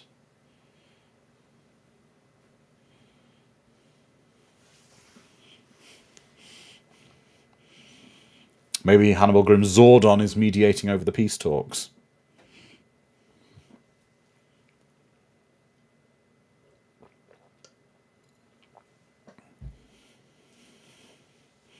Yeah, exactly, lizard man. And of course we thank Zordon for hosting this peace conference.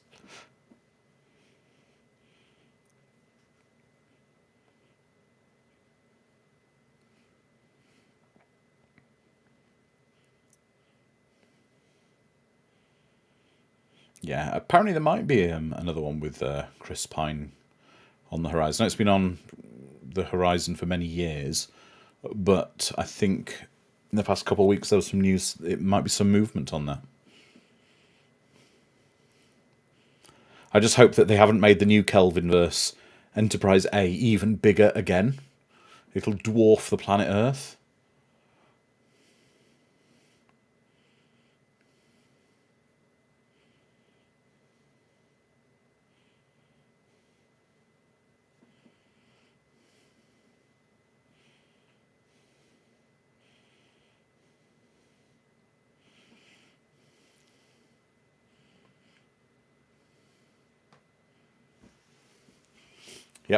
And that's the Enterprise D set, which is originally based on the Enterprise set from the movie. So it's kind of weird. It's kind of the same set recycled over and over.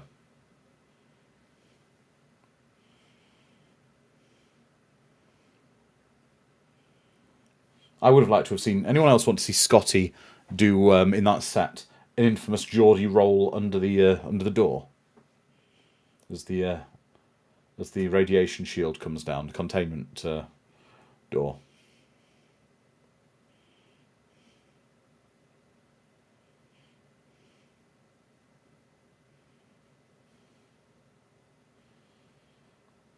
Yeah, there might be changes coming there, John Dev. I mean, with the recent sale of the studio, I should imagine Star Trek's one of the top properties.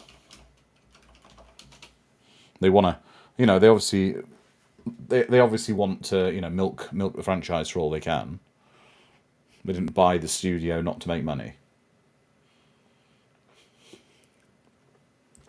Good point, Neil. I don't know why the Klingon helmsman makes motions like he's spinning a ship's wheel.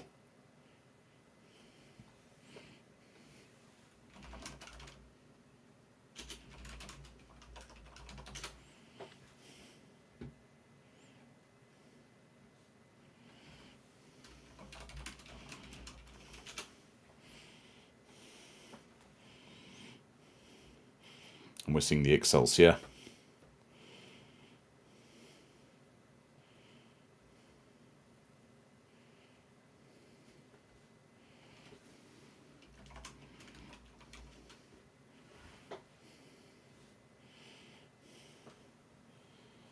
Yeah, Sulu's a badass.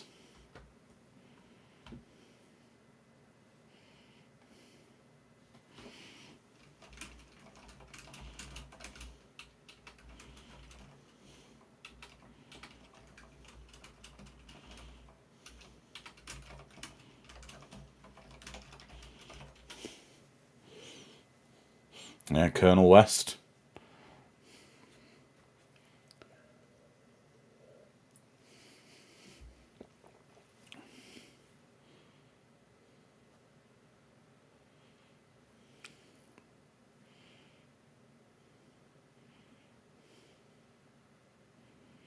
I do love Christopher Plummer being able to do a bit of scenery chewing in this.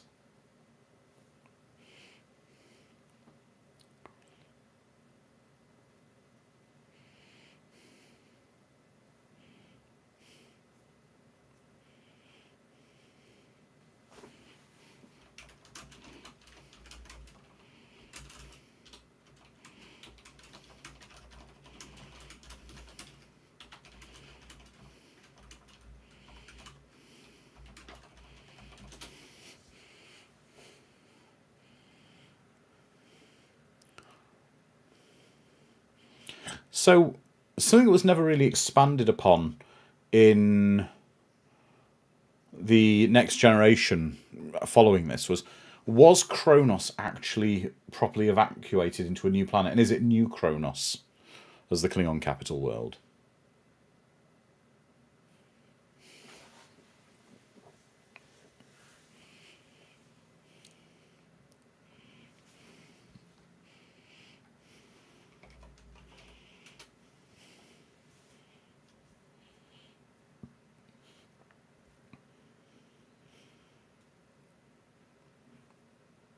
Yeah, exactly. Sulu would have had to have been shoehorned in like Worf was in the TNG movies.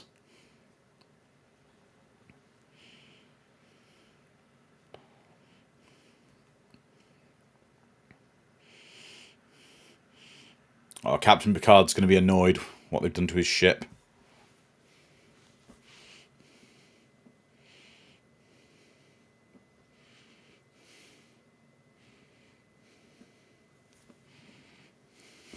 Surely modifying the torpedo, yes, I appreciate that.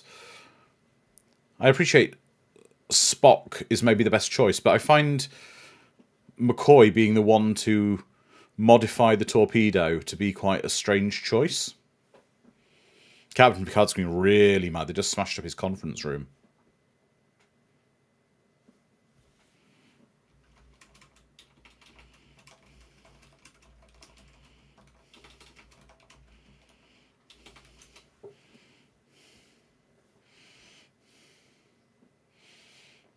Yeah, I love spinny chairs. Here we go.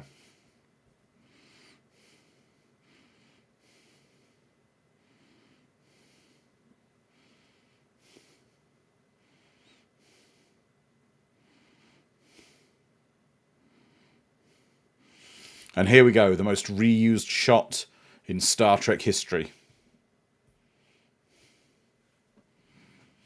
This shot of the Klingon bird of prey.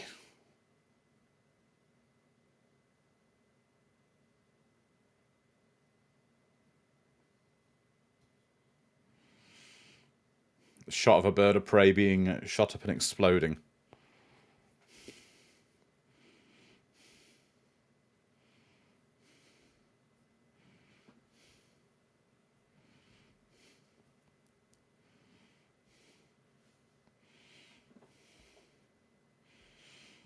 That shot was so good, they used the same shot in Generations, didn't they?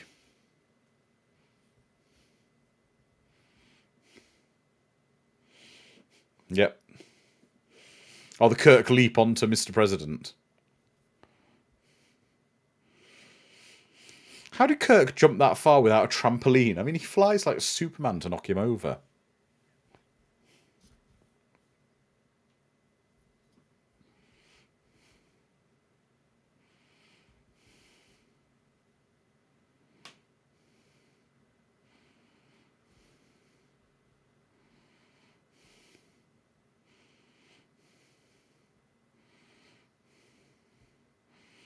See, Scotty saved the day. He killed Odo.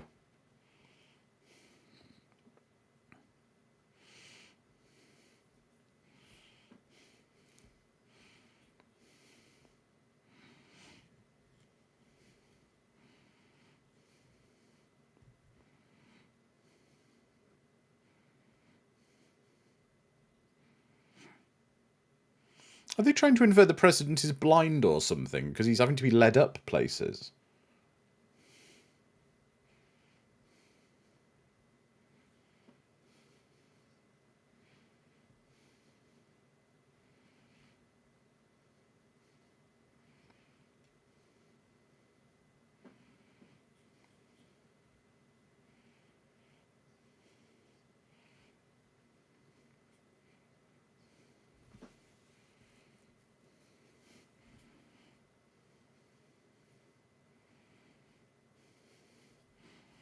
And the Romulans are friends now as well. The Romulans would never be treacherous, would they?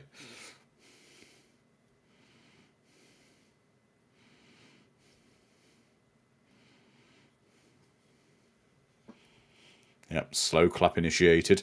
What is this strange thing we do here?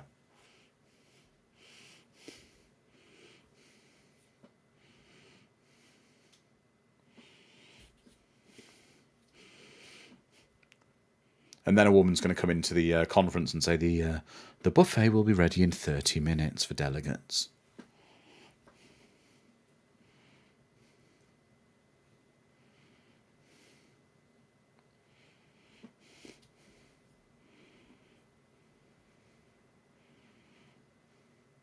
That's a good point, Mortimer. Maybe the president's species are normally nocturnal.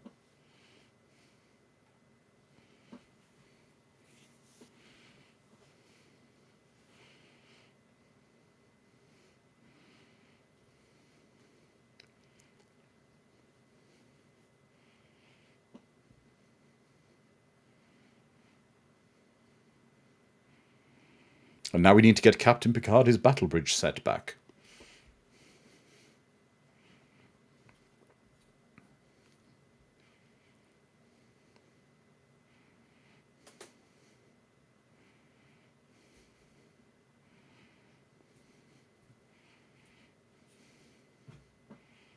Well, except for a random selection of two of you who will appear in the next film.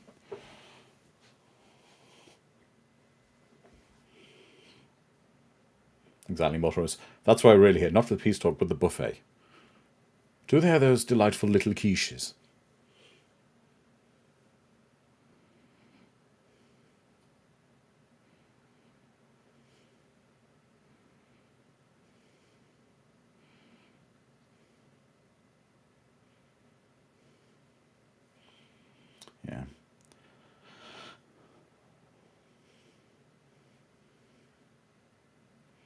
Yeah. That line, though, that Spock line is great, Neil, but it's almost emulated by Data in First Contact, isn't it? With "To hell with our orders."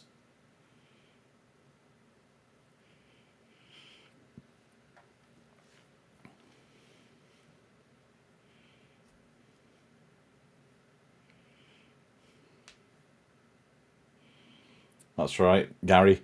Spock is off to use Valaris' debit and credit cards. It's kind of sad, though, that Sulu wasn't on the bridge, but we've got that empty chair where Sulu should be.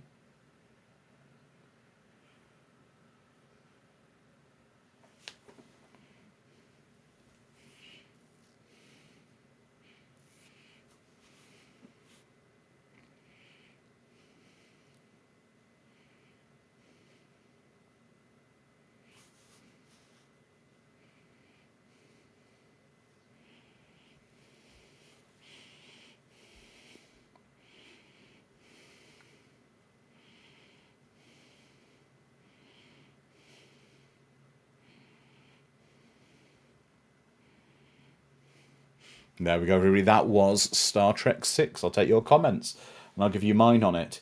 I really enjoy that film, as much as it's got some silly bits in it. I think maybe the lack of budget hurt it in some ways because of the reuse of sets, but that's only because being a sort of a hardcore Next Generation fan. But it was a great closing to the story of the original crew. I just wish we hadn't seen them again in Generations in that respect. I don't think Generations was a strong enough story with the stuff with Kirk, unfortunately. But no, I enjoyed this film, and it's always a blast watching it with you guys. Let's have a look. So, over on the chat, thanks, Helivino. Thank you. Well, it wasn't a solo job, because I got you. My friends are always here with me, aren't you? But much appreciated. Ms. Swift loved the signatures credits. Gary, a great send-off despite some flaws from a rushed production. Immortal is exactly what Kirk said. We need Enterprise crew, no more prequels, universe reboots, etc. A classic Trek film and a fitting ending to original Trek. Eric, I liked it. Old Johnny Devick, it's good. Maybe a bit low stakes, but it's a good time with the crew. Lizard Man, a great send-off to the classic crew. Sharon, it's a solid movie, solid story, solid characters, well done. Ms. Swift, great send-off, and Kappa for TOS crew. Calvert remains my second favourite Star Trek film. Neil Whaley, for me, there were no more films after this one. Jedi Wizard, a much better ending to the OG crew than Final Frontier. Good mystery as a political thriller. Wife's cheese rating. Oh, sorry, no wife's cheese rating this week. James is saying it's a surprisingly reflective exploration and criticism of the Cold War attitudes that shaped the original series. Yeah, it's a great fun film. But we will be back in a week, whether Dom is back or not. Hopefully Dom's here. If not, I'll see if I can get someone else to join us. It was just a bit short notice today, unfortunately. But hey, these things happen, and Dom's got a great reward out of everything. James is saying it's in the top 2 Star Trek films for him. But we will be back in 7 days, and we're going to be watching a bit of schlock. Proper bit of schlock. We're going to be watching Delta Force, the Chuck Norris action tentpole classic canon film. Not in our normal wheelhouse, but hey, why not? So Delta Force with Chuck Norris, which is going to be a blast. It's one of my favourite canon films. We're going to have a great time. It's maybe schlock. Yeah, exactly. Yeah, exactly, gang. It's going to be great fun. But please, for the next 7 days, please be kind to each other, put positivity into the world, stay safe, look after each other, look after yourselves, and just be generally cool. But thanks for being so nice to me this week and taking care of me on my own. But everyone, stay safe, and we will see you in a week. Good night.